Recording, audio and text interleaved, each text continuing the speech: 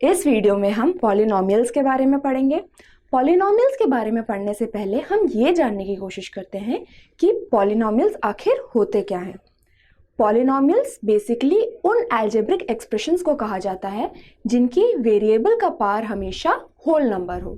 For example 2x + 3, यहाँ पर variable term है हमारे x और x की पावर में 1 है जो कि एक होल नंबर है। हेंस ये अलजेब्रिक एक्सप्रेशन एक पॉलिनोमियल है। उसी तरह से अगर हम सेकेंड एग्जाम्पल देखें तो यहाँ पर दो वेरिएबल्स हैं, that is x and y। Her term में x और y की पावर जो है होल नंबर है। अगर हम इस कांस्टेंट टर्म को देखें तो इसे भी हम 5 × x⁻0 एंड y⁻0 लिख सकते हैं इस अलजेब्रिक एक्सप्रेशन में, क्योंकि हर टर्म में जो है वेरिएबल की पावर एक होल नंबर है। हेंस ये एक पॉलिनोमियल है इन टू वेरिएबल्स। अगर हम तीसरा एग्जाम्पल देखें तो यहाँ पर x की पावर में 1/2 है। 1/2 का मतलब ये एक होल नंबर नहीं है। हेंस ये अलजेब्रिक एक्सप्रेशन एक पॉलिनोमियल नहीं है। अगर हम चौथा एग्जाम्पल देखें तो यहाँ पे भी मेरे पास एक अलजेब्रिक एक्सप्रेशन है जिसमें दो वेरिएबल्स हैं y और z।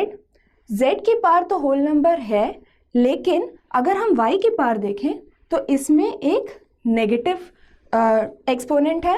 हेंस ये अलजेब्रिक एक्सप्रेशन जो है पॉलिनोमियल नहीं है। अब हम पॉलिनोमियल्स की डिग्री के बारे में पढ़ते हैं।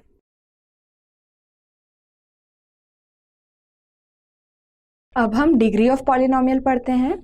डिग्री पॉलिनोमियल की वो होती है जो उसके वेरिएबल की हाईएस्ट पावर हो।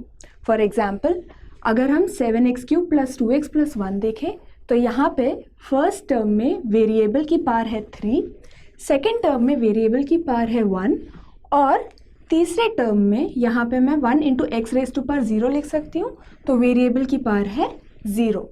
तो इस केस में जो है हाईएस्ट पावर वेरिएबल की है 3।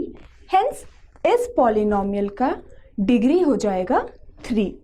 अगर इसी तरह अगर मैं सेकंड एग्जांपल देखूं तो यहाँ पर हाईएस्ट पावर जो वेरिएबल की है वो है 4। हेंस इस पॉलिनोमियल की डिग्री हो जाएगी 4। उसी तरह से थर्ड केस में पॉलिनोमियल की डिग्री हो जाएगी 2। अब ये वो केस है जहाँ पे हमारे पास पॉलिनोमियल में सिर्फ एक वेरिएबल है।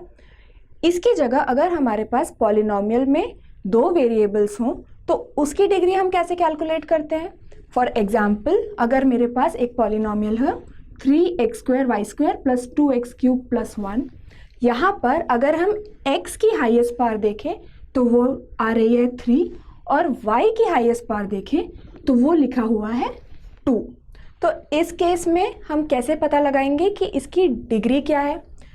इसमें हम x और y को सेपरेट नहीं मानते, इसमें हर टर्म में जो भी x और y के टर्म्स हो उनकी डिग्री को हम ऐड करके कलेक्टिव डिग्री देखते हैं। फॉर एग्जाम्पल इस टर्म में x की पावर 2 है और y की पावर 2, तो इसमें जो है पावर हो जाएगा हमारा 4, दैट इज 2 + 2। अगर हम सेकेंड टर्म देखें तो यहाँ पर x की पावर है 3 और y की पावर है 0, तो 3 + 0 हो जाएगा हमारा 3। उसी तरह से इस टर्म में x और y की 0 पावर है, तो इस टर्म का पावर हो जाएगा 0। तो यहाँ पे हाईएस्ट नंबर हमारा 4 है। हेंस इस पॉलिनोमियल की डिग्री हो जाएगी 4।